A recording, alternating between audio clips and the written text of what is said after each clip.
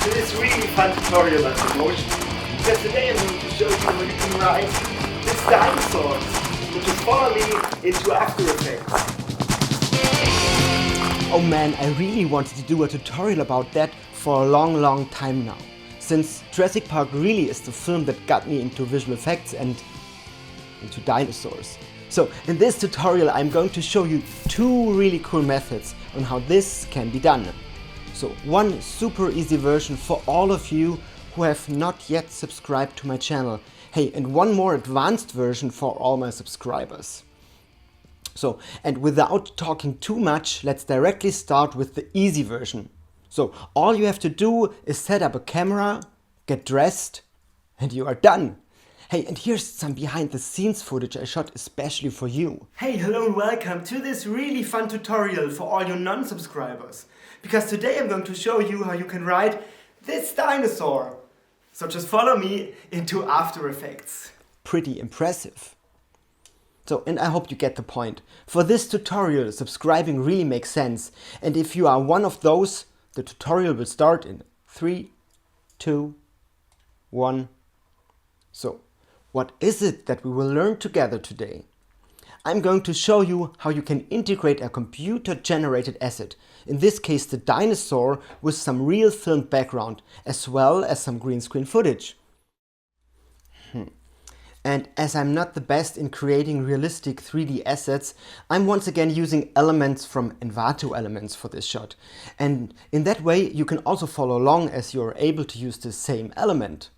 Over here on the Envato page you find over 55 million assets, and you can also find a lot of 3D dinosaurs, as well as the background footage I used and all the other assets, like for example the skull of the Triceratops. Because, and that is something really cool and I use that all the time in my compositions, if you search for an asset you find 3D assets over here, so you can find the right perspective of everything you need.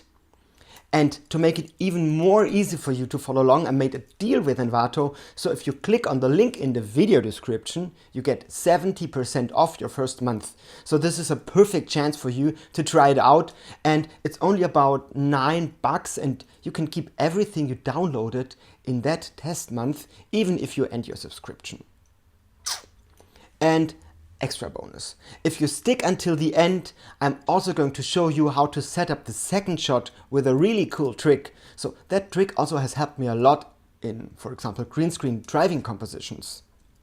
So let's quickly bring out the background as well as the dino. And this one is already a loop. So the start and end frame match, and it's super easy to create a walk cycle. Hey, and I know what many of you are doing right now. Copy and pasting it again and again and again and again. Been there, done that. Until I realized that there's one way to make this way more easy. Just right click on the footage, go to Interpret Footage, Main, and here you'll find the option Loop. And I want to have it, let's say, looping 10 times. Okay. And now the clip is 10 times longer and already looping, and our timeline looks way cleaner. Great! So now I'm only positioning it pretty quick and dirty in the shot, just to get a feel of perspective and lighting for the green screen shot. So the horizon is slightly below the middle, so that means that our camera was tilted up a little bit. And as I can also see the bushes in the front, that tells me that the camera height is pretty low. So what I did is I positioned the camera exactly like that. No additional light, just sunlight from big windows in my living room. Hey, and if you wanna bring this one step further, you could simply film this outside, so you would have even better matching light settings. So what I normally find is that the more lights you use to fake it, the more obvious it gets. So really, if you can shoot with daylight, shoot with daylight. Also for the green screen itself, you will not find a more even light for your green screen than sunlight. And during months and months of training and preparation for this shot, I watched the running frequency and watched super carefully and tried to adopt this as good as possible while pretending to ride the dinosaur. And I also found that this is really forgiving in the end. So as long as you are somehow moving like you would be riding in combination with the movement of the dinosaur, it will always look convincing. And when you take a look at the footage, you also see that I shot this not in landscape, but in portrait mode. And when you film something for keying, it always makes sense to get the most information out of it. Because the bigger the stencil, the finer you can cut it out. And filming with a 90 degrees tilted camera gives me almost twice the pixels to work with. So now let's work our way back in After Effects, meaning we key it, then we put myself onto the dino, then we make the dino walk, and when all of that is done, we put it onto the background. Keying is easy. Try to keep it simple. I got a lot of requests for more detailed keying tutorial with all the settings and buttons that are there within the key light effect. And if you have not watched my advanced tiger keying tutorial, definitely check it out. But here's the truth from someone within the industry who has worked on many award-winning shows, features and commercials, and also supervised more than 40 international visual effects projects.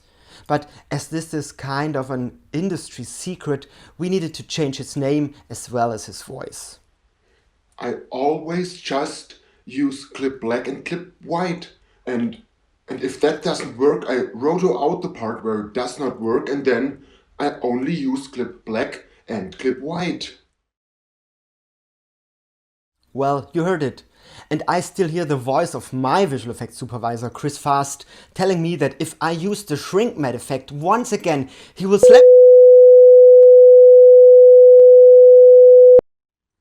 So let's do this. I picked this green tone here and I can see it better when I only see the alpha channel. Hey, and I can do that by hitting Alt+4. And you also see that it does not help if you have a lot of green tattoos. Okay, so now we already have a pretty convincing key. But as we have just learned, if you want to make it more detailed, you have to work on it a bit more. So let's quickly create a roto around my head and reset the key light effect and create a really soft key with the same two sliders.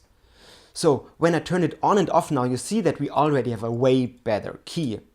And for the sake of this tutorial, I will leave it like it is and let's move on. So I will pre-comp those two layers and call them key.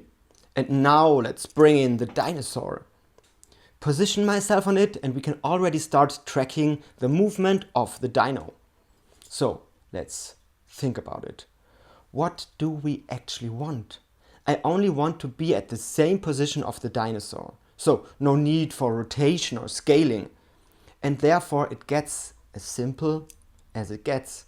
We only need to track one point on the dinosaur. But before we do that, let us create a null object that represents the position of the dino. Now, let's click on the footage, track and stabilize, and click on track motion. So this opens up the layer window with a tracker and also the tracker window over here. And position is already selected. Perfect. And when we click on the target, we can already define where our tracking data will be stored later on. Hey, and this is why we already created a null object. So let's select it. Now let's have a closer look at the tracker. What is that? So we have a cross in the middle. Hey, and this is the position that will be keyframed. So it makes sense to position it somewhere around the spot where I want to sit later on. And in an ideal world, you also have something to track at that point. For example, a tracking marker. So I'll go with this dot on the dino skin. So now we have a small square around the dot and we can also change its scaling. So let's define the area around the spot. And now After Effects will remember that square and will try to find its position in the next frame. Hey, but where does After Effects search for that small frame? Well, it searches for it in the bigger square area. So if the dino would move super fast, it would make sense to make the search area bigger. But for now, let's only make it that big. And now you can click on Analyze Frame and go one frame at a time. But you can also click on the Analyze Forward button and simply watch it while it's tracking to spot some issues. And as we have a small search region, this should go super fast. And now let's hit apply. And it asks us for the dimensions. And of course we want to use X and Y. But hey, if you only want up and down movement or just left and right, you could define that in here. So now when we scrub through the timeline, the null objects follows the dino. Perfect. Hey, and if we take this pick whip and connect our green screen footage to the null object, voila, we are now riding the dinosaur. And to make it even more convincing, I'm quickly duplicating the dino and roto that part out. So the back of the dino is in front of my leg. And we can also create a quick shadow in here. Therefore let's duplicate the key. Fill it with a dark shadow color and blur it with the Gaussian blur. Now let's bring the anchor point over here, and we can do that with the pan behind tool, which we can use by hitting Y. So now we can rotate around the anchor point, and last but not least, let's create a quick mask so we only see the shadow of my front foot here. Great. So up to the next step, where we want to animate the dino walking. Wait, what? Isn't he or she already walking? Well, kind of. But if I would bring that onto the background and animate its position, it would look like that. Almost like the dino is sliding over the ground. And hey, that's not what we want. So let's again pre-comp it, and now I bring out some guidelines by hitting Ctrl R, and I'm going to position them on the first foot that is touching the ground. Because as long as the foot is touching the ground, it will stay at the same position. So let's set a keyframe for the position, and we animate it until the second foot hits the floor. Now I reposition the guidelines and do the same with the second foot. And do that over and over again. And ta-da! We have a non-sliding dinosaur. So now let's bring all of this into our main comp. Let's position it and quickly work on the black and white levels, so everything is matching. And if you want to learn that in detail, I have created a composition trick video over here. So basically I'm searching for the darkest black part and the brightest white part and make them the same within the dinosaur. So next up is a really cool color trick that I always like to do. And again, I'm going to show that too in that same composition tricks video. So I'm creating a layer with the overall color of the background and blend that onto the dino and the green screen footage. So now let's do two more things here. At first I want to focus more on the dino, of course. So I'm creating an adjustment layer with the camera lens blur effect applied. But as I want the focus to be on the dino, I will also create a gradient layer, which is just a standard solid with the gradient effect applied. Now I set the gradient to match up with the background, so foreground is white and at about where the rocks are, everything is black. And I can use that now in the camera lens blur to drive the effect. So now the camera lens blur knows that front is white and the distance is black, and I can set the exact position in between where our dinosaur is to be in focus. Oh, and we should not forget to also place our dino skull in here, because foreground elements really help to sell a shot. And as the perspective already matches, this is a really easy task. So to finalize this shot and as promised jump onto the second shot with some nice tips and tricks, let's create a shadow for that dinosaur. And that is super easy. As we have done before, let's duplicate the layer, tint it in a shadow color, and hey, this time we can steal that color from the desert. So now let's stretch the dinosaur until it lines up with your shadow direction and position, and also line it up with the feet. Blur it with the Gaussian blur and mask and feather it to your liking, or in other words, to match your shot. And if you do that once again with a really small part close to the feet and maybe with a directional blur, you get something like a contact shadow. And we are done with the first shot. As promised, here's the second shot, and this shot is a little bit different because the dinosaur is not moving, but only the background. And this can sometimes be a bit tricky, because if I move the background just a little bit, the movement of the dino looks a bit lost, as we do not really have any reference for the speed. And as I said, this is exactly the same for some driving comps. If you, for example, shoot from a low angle and have nothing really moving in the background because you only see the sky, for example. So what I did to help out here is I once again searched from desert assets and I found that bush and that cactus over here. So I placed them in front and behind the dino and simply animated their position.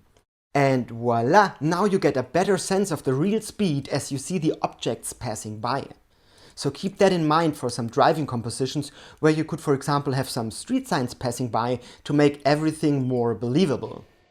And believe it or not, this is already the end of this tutorial. So if you liked this video and also place yourself on a dino, please send me your shots, because I would really love to see them. Hey, and if you want to have more of those videos, the only thing you have to do is to subscribe, like, comment and share, because that really motivates me to do more for you, for free. But for now, I wish you a lot of fun riding on your dinosaurs in After Effects.